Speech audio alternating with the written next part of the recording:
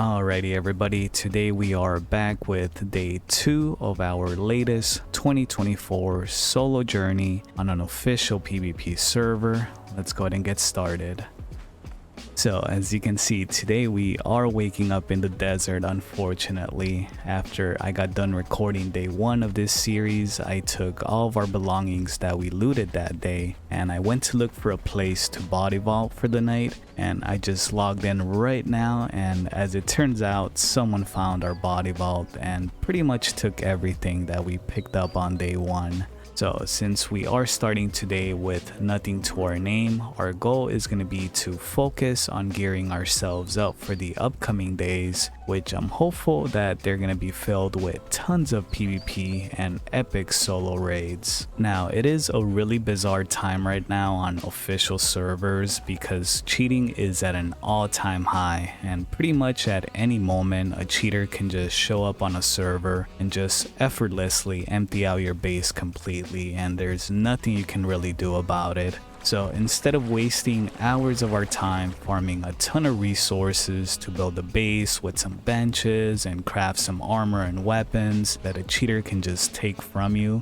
we're gonna instead just live off the land and gear ourselves up with loot from various camps and dungeons, and then we're gonna take that not so great gear and use it to raid a base tomorrow, and hopefully from that raid we'll be able to get better weapons and armor to be able to take on the bigger clans. Alright, so we do have quite a few places to visit today, so I went ahead and already planned out a nice and organized itinerary for us to follow so that we can do this as efficiently as possible and not be wandering back and forth between places. We're going to go ahead and start making our way to our first destination, which is going to be the summoning place located right over here. And here we're just going to pick up the salted pork recipe, which in case you don't know, it's a food that will give you a 15% increase in strength weapon damage. This buff is absolutely necessary in PvP for obvious reasons. You want to be able to hit as hard as possible, especially as a solo that's usually going to be outnumbered in fights. You want to be able to hit as hard as you can and end fights quickly before the other teammates show up. Oh, and we also don't have a bladesmith yet to be able to craft the most powerful weapon, so any extra damage that we can do with buffs is always welcome. Alright, here we are coming up on the summoning place. We're just going to be in and out. We're going to avoid all the thralls inside just by climbing over this wall. Just a quick little shortcut. There's the salted pork recipe down there. We're just going to run in and get it and be on our way. Yeah, just like that, super easy first task off our list. Now we're gonna make our way over to the sinkhole and just get our bracelet attuned here. I want to try and unlock most of the obelisk locations today. Alright, next, let's go ahead and start making our way to the Siege of Almeria. If luck is on our side today, we should be able to get a nice legendary katana and some raid supplies, a battering ram for tomorrow's raid. And hopefully we can also get some explosives so that we can go to the frozen north to farm some star metal. This place is kind of a hit or miss when you're first starting out, because if someone has already looted it before you, you're going to be left empty-handed unless you have something to break into the boss room to defeat it and reset all the items. Go ahead and place down a bedroll right outside just as a precaution in case we die inside from any lag. Oh, and just for anyone that is curious, here is my current build. It is just an encumbrance agility build. Since we're going to be picking up a lot of items, we're going to need that beast of burden perk. Alright, so let's go and see if this place has already been looted. I did make sure to wake up really early this morning so that we can catch this server when it's low pop. It just makes things much easier, not having to deal with too many players trying to gank us while we're building ourselves up.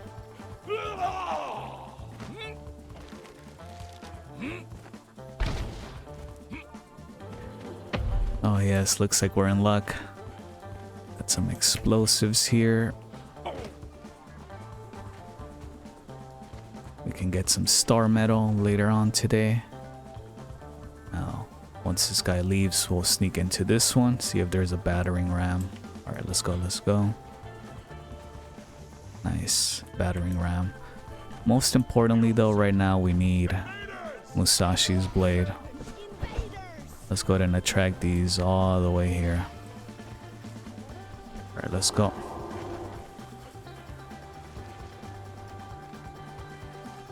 Oh, that's unfortunate. No Musashi's blade. Set. Did you see that?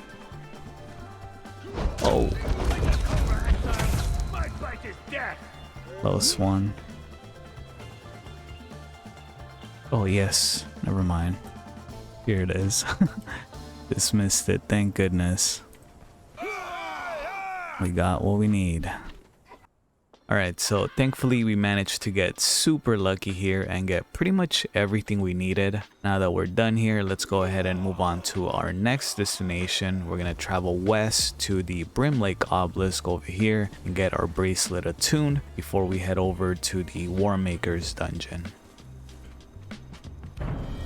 Okay, that is another obelisk down. Now let's go over here and set down a bedroll before we head into the War Maker's dungeon. Just in case something goes wrong inside, we at least have a spawn point out here.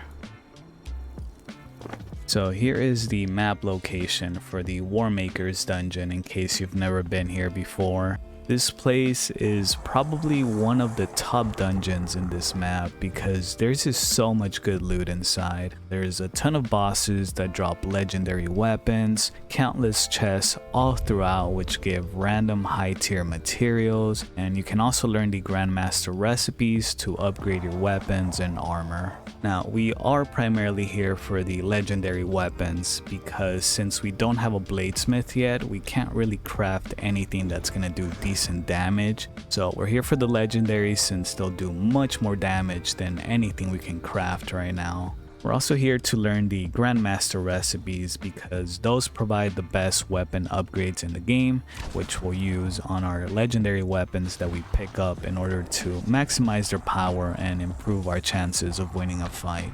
Alright, so we're gonna get started with this boss first, just because the skeletons are chasing after us and this is the farthest room, so we're trying to de-aggro them. We'll go ahead and sneak by this first boss and go fight the second boss first. Then we'll come back for this one. So happy we have Musashi's blade for these boss fights. It's literally the main reason we went to Almiraya. These bosses are not difficult to defeat, but they are pretty tanky when you're fresh on a server and don't have the best gear. If you are following my footsteps in this video, just make sure you bring a ton of aloe leaves from Noob River because you are just going to be healing over and over. That's going to be your main armor. Just constant healing whenever you get low in health. There we go. First one is down. Let's get the second one.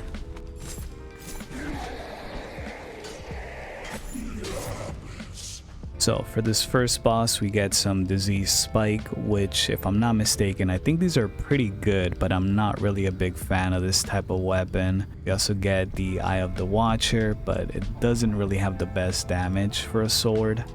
Now for the second boss, we get Derketo's Voice, which we can use for future raids to shoot explosive and poison arrows. Time to move on to the second main boss in this lobby. This one doesn't drop a weapon, it just drops a random buff, but we still need to kill it to get the statue that it drops to be able to move on to the next room.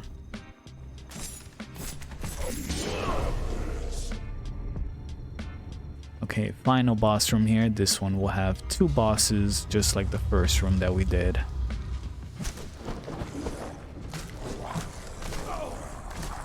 Oh, and check this one out. This one actually drops 7 dragon powder. Not bad.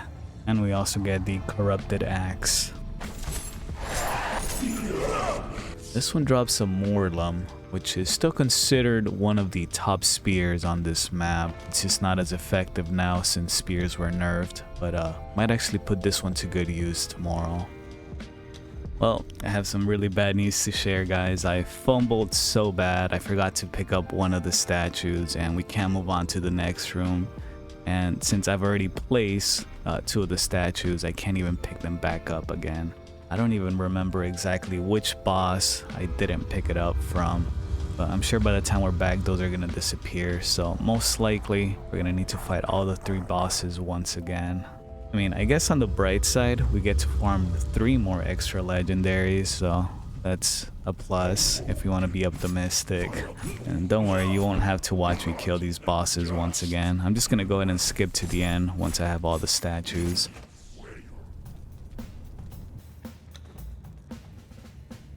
Alright, we should have all the statues now to be able to get the key to move on to the next room. Yep, there we have it. Got the key finally, after a 20 to 30 minute delay. So in this next room, there's a ton of chests all around. And we're going to take the moment to loot them all because these chests can drop a lot of high tier items like star metal, dragon powder if you get lucky, a bunch of other stuff. We'll just take the time to loot them all.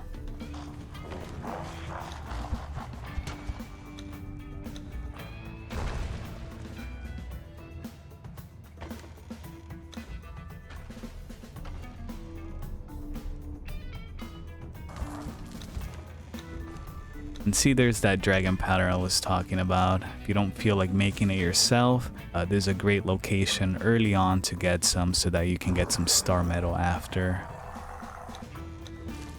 Okay, so I think I've looted most of the chests in this room. Now we're gonna take an extra moment to kill this skeleton boss here for another legendary weapon. Well, I was hoping this guy would drop me a World Breaker hammer, but instead we got the Annihilator. Could still be fun to use a two-handed sword for tomorrow's raid. It's gonna make things a bit more interesting. Let's go ahead and move on to the next room. We'll take this shortcut here. And just in case we decide to get fancy for future raids, I am gonna take a moment to learn the champion's armor recipe. I'm being honest, I don't really see myself crafting any armor for this playthrough. Like I said at the start with the whole cheater situation on official servers, I'm just planning to live off of any dungeon armor or any armor that we get from raids or players that we kill. Okay, there we go. We got the champion's armor just in case I change my mind. In this hallway here, there's a few more bosses I think that you can kill to get some skeleton keys to open up legendary chests. But I think we're good on legendary weapons right now. We have so many. We're just gonna go ahead and skip past this and go directly to the War Maker's room. Here we go into the War Maker's room. We're not gonna bother fighting him today. There's no real point. We're just here to loot the loot rooms with the keys that we got in the previous room from the chest, just to get some extra mats.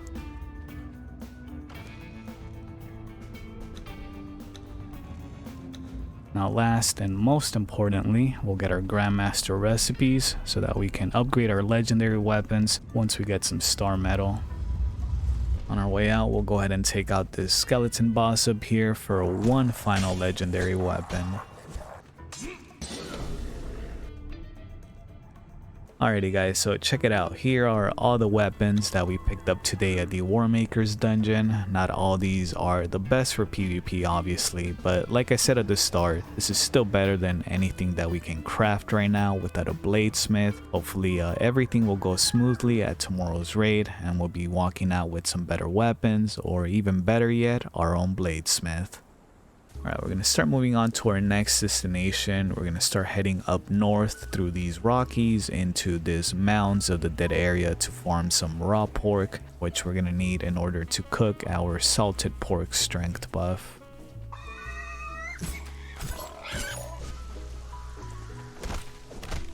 Now we'll start heading west to the Mounds of the Dead obelisk, get our bracelet attuned here real quick before we head to the frozen north in search of star metal.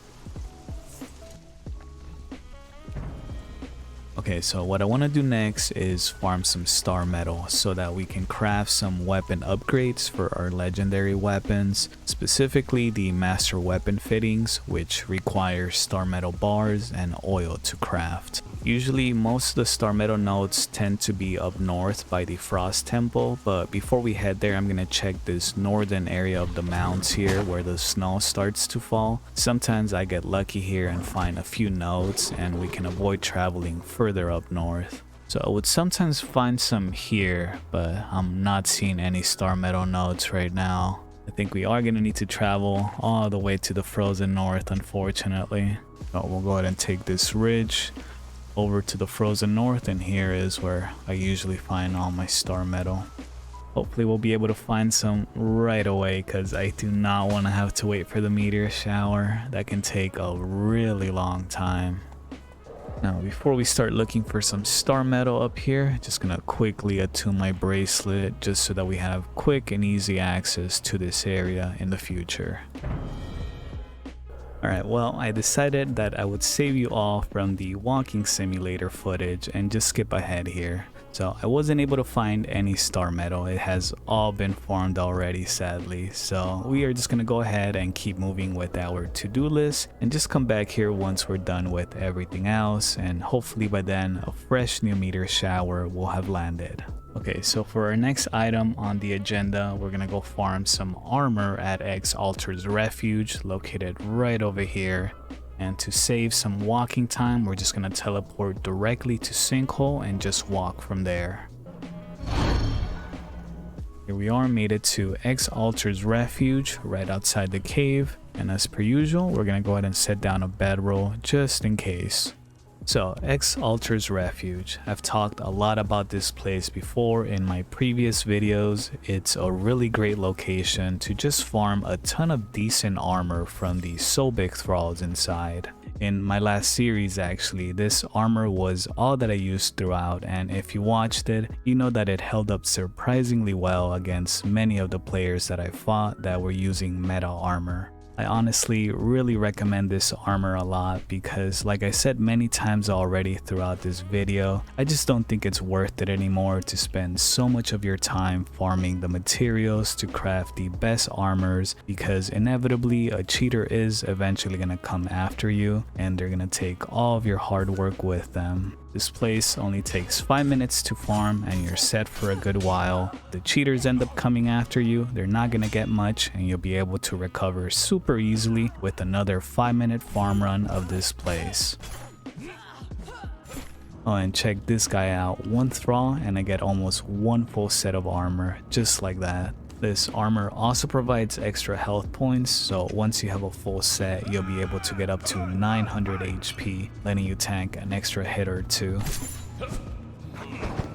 Alrighty guys, so I just completed a full run of this cave with very little effort, and check out the inventory. Now we got plenty of armor to be able to make some moves tomorrow and turn everything from today into so much more. So really now at this point we just need one more thing here plus the star metal up north. We're gonna head over to the Black Garden now and pick up some Black Lotus flower, which we'll use to make some Black Lotus potion, which if you don't know what that is, that's just gonna be our second strength buff so we can hit even harder.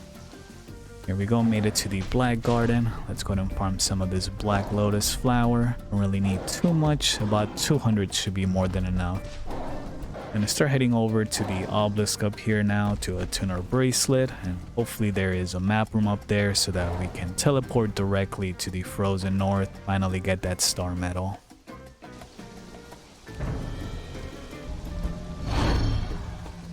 So one of the weird downsides to this armor is that it doesn't provide any cold protection up here, so we're gonna have to switch back to the old one for a bit because this one does keep you warm up here. Ended up having to wait around 30 more minutes, but the wait has finally paid off. We're getting a fresh batch of star metal. Won't have to go very far either. We got 2 nodes right up here.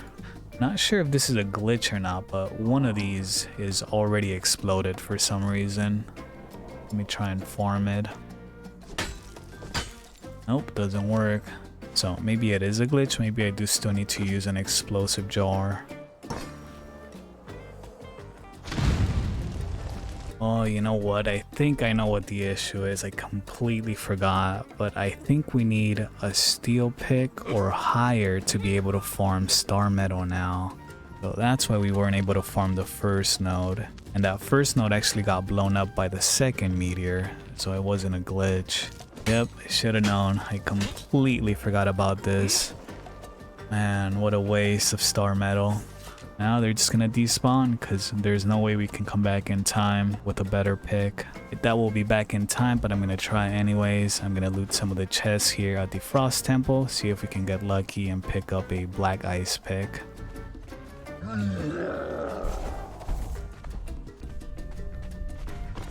First try, nice. Let's get out of here now, see if that star metal's still around. Yeah, not much left here. Oh well, we've learned our lesson.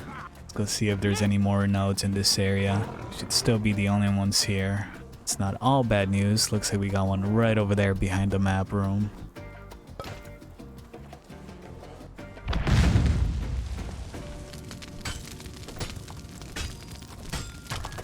I'm gonna start heading down to the Mounds of the Dead again, see if I can find any more nodes along the way.